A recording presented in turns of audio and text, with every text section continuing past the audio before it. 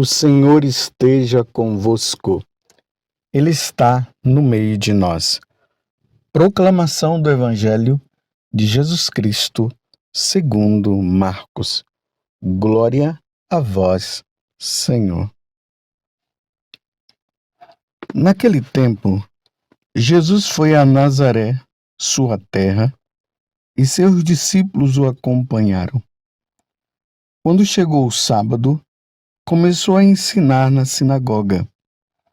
Muitos que o escutavam ficavam admirados e diziam: de onde recebeu ele tudo isto? Como conseguiu tanta sabedoria? E esses grandes milagres que são realizados por suas mãos? Este homem não é o carpinteiro, o filho de Maria, irmão de Tiago, de José, de Judas e de Simão? Suas irmãs não moram aqui conosco? E ficaram escandalizados por causa dele. Jesus lhes dizia: um profeta só não é estimado em sua pátria, entre seus parentes e familiares. E ali não pôde fazer milagres algum.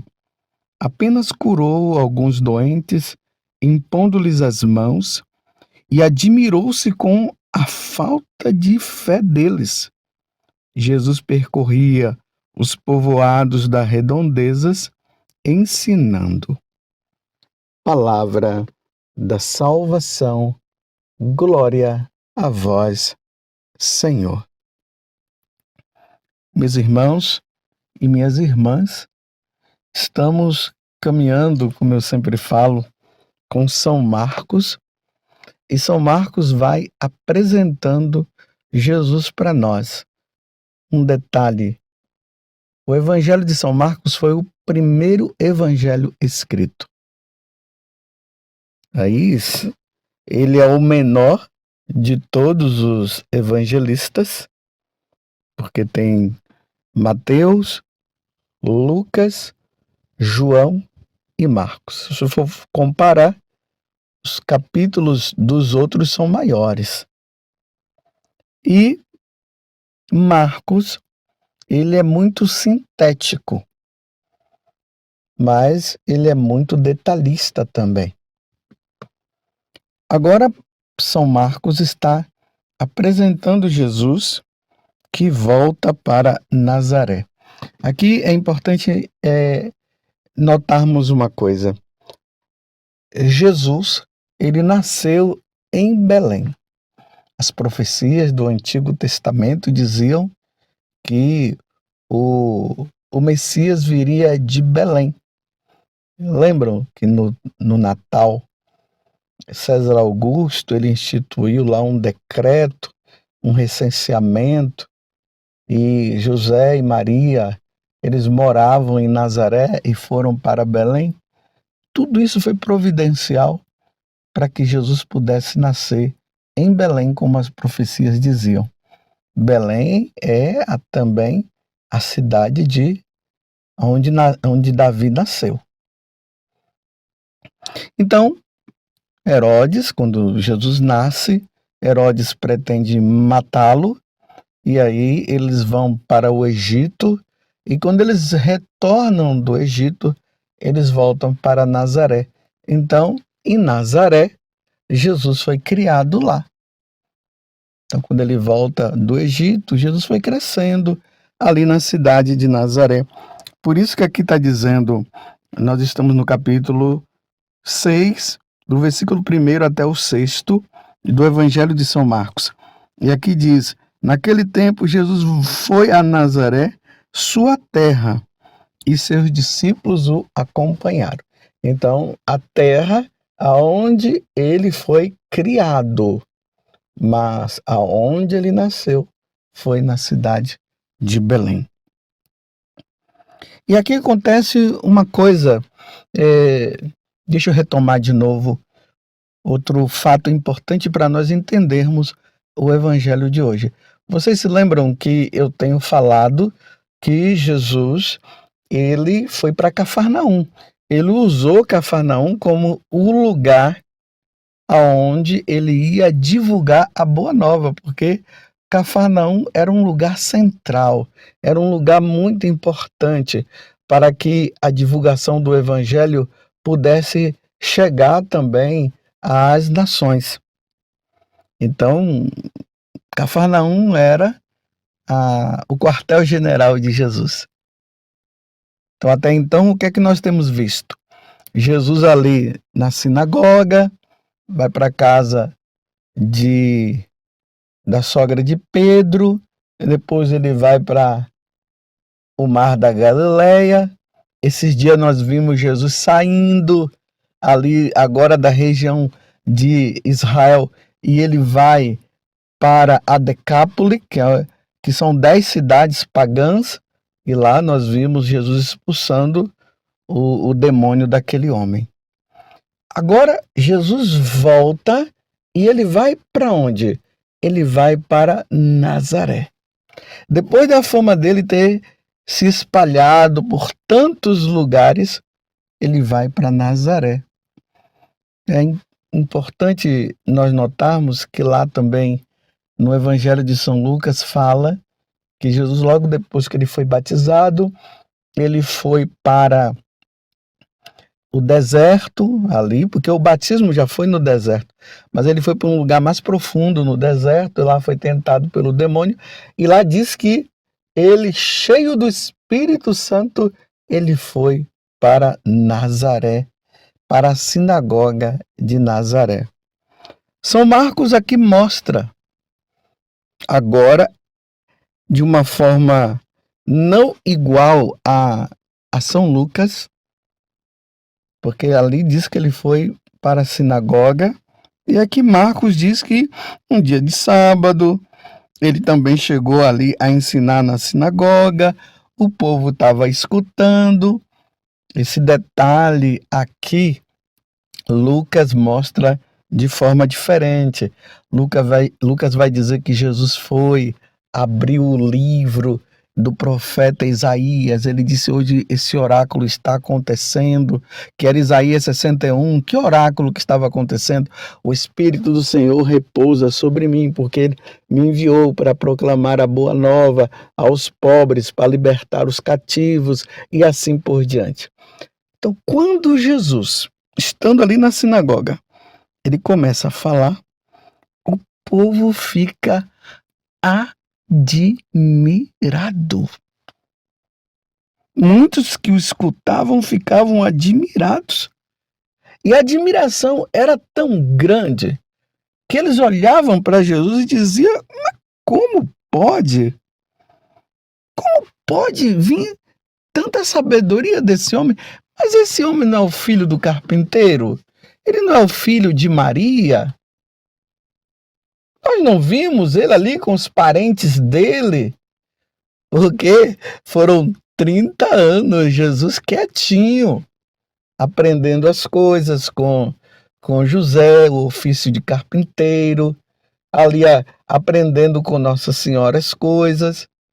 E agora ele se apresenta com tanta sabedoria e o pessoal começa a dizer assim: mas e esses milagres que são realizados por suas mãos? Como pode uma coisa dessa? Mas quem é ele? Ficaram escandalizados. Só que esse escândalo aqui é um escândalo de rejeição. Eles rejeitaram Jesus. No Evangelho de São Lucas, no capítulo 4, depois vocês dão uma lida lá, vocês vão ver que eles quiseram até jogar Jesus no precipício. E aí eles começam com umas jogadinhas, falando: se você fez milagre lá, como fez em Cafarnaum, em todos os lugares, faz aqui também, né? Não, eles não estavam pedindo simplesmente porque eles estavam querendo mudança, porque eles estavam crendo na divindade de Jesus, acreditando que Jesus era o Messias. Não, eles estavam ali rejeitando mesmo o Senhor. E aí que Jesus se expressa dizendo: realmente um profeta não é aceito na sua pátria, na sua casa. Vocês se lembram também que os parentes de Jesus começaram até a dizer que Jesus estava fora de si. Esse fora de si aqui é uma expressão para dizer ele está doido, ficou doido, nem comer ele quer mais, porque Jesus estava ali naquela ação de pregar o evangelho, que era tão grande, que não tinha nem tempo para comer, então começaram a chamar ele de doido. Rejeição. Aqui, meus irmãos, é para vocês notarem que ao mesmo tempo como a pregação de Jesus, os seus feitos, expulsando o demônio. Ontem nós vimos lá a filha de Jairo, Talita Cum, que foi ressuscitada, aquela mulher que estava com aquela hemorragia e foi curada. Ao mesmo tempo que a fama dele crescia por parte do povão, Jesus foi rejeitado pelas autoridades religiosas e foi rejeitado pelos seus parentes e foi rejeitado também pela sua pátria, Nazaré, onde ele foi criado. Vocês compreendem que a vida de Jesus não foi tão fácil assim?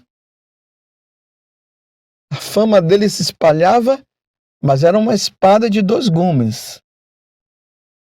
Era aceito e rejeitado. Eu fico imaginando a decepção também de Jesus com os nazarenos.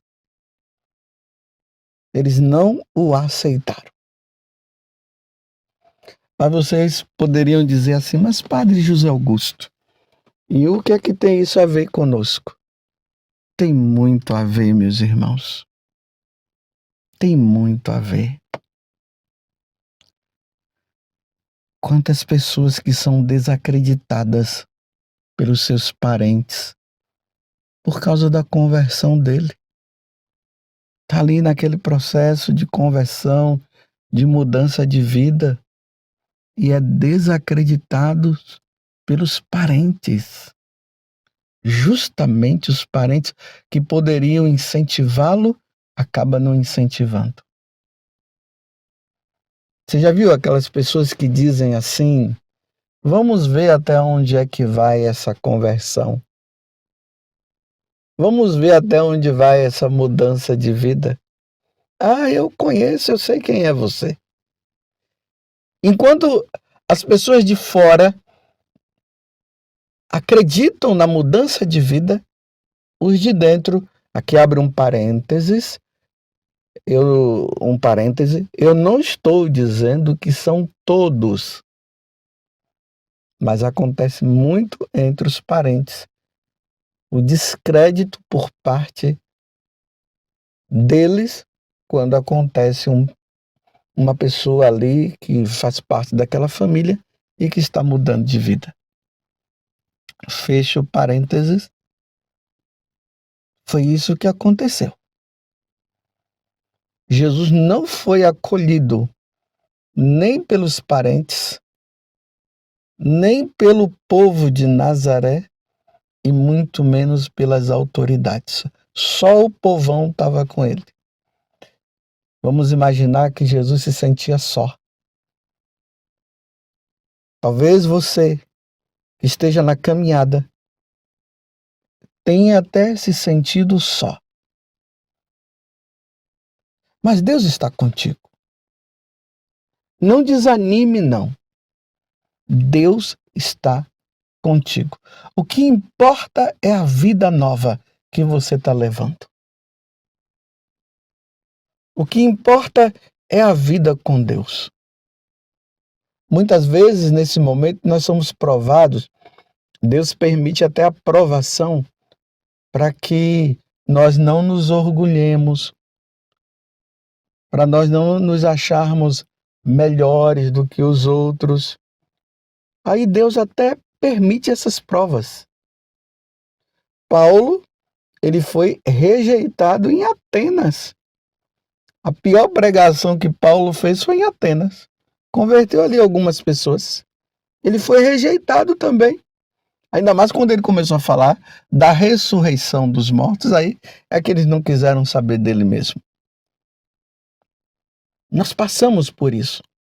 Na primeira leitura hoje, Deus, na carta aos Hebreus, Deus falando pelo autor da carta aos Hebreus, ele diz que é para a vossa educação que sofreis.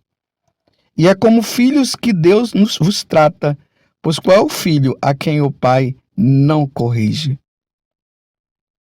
No momento mesmo, nenhuma correção parece alegrar, mas causa dor.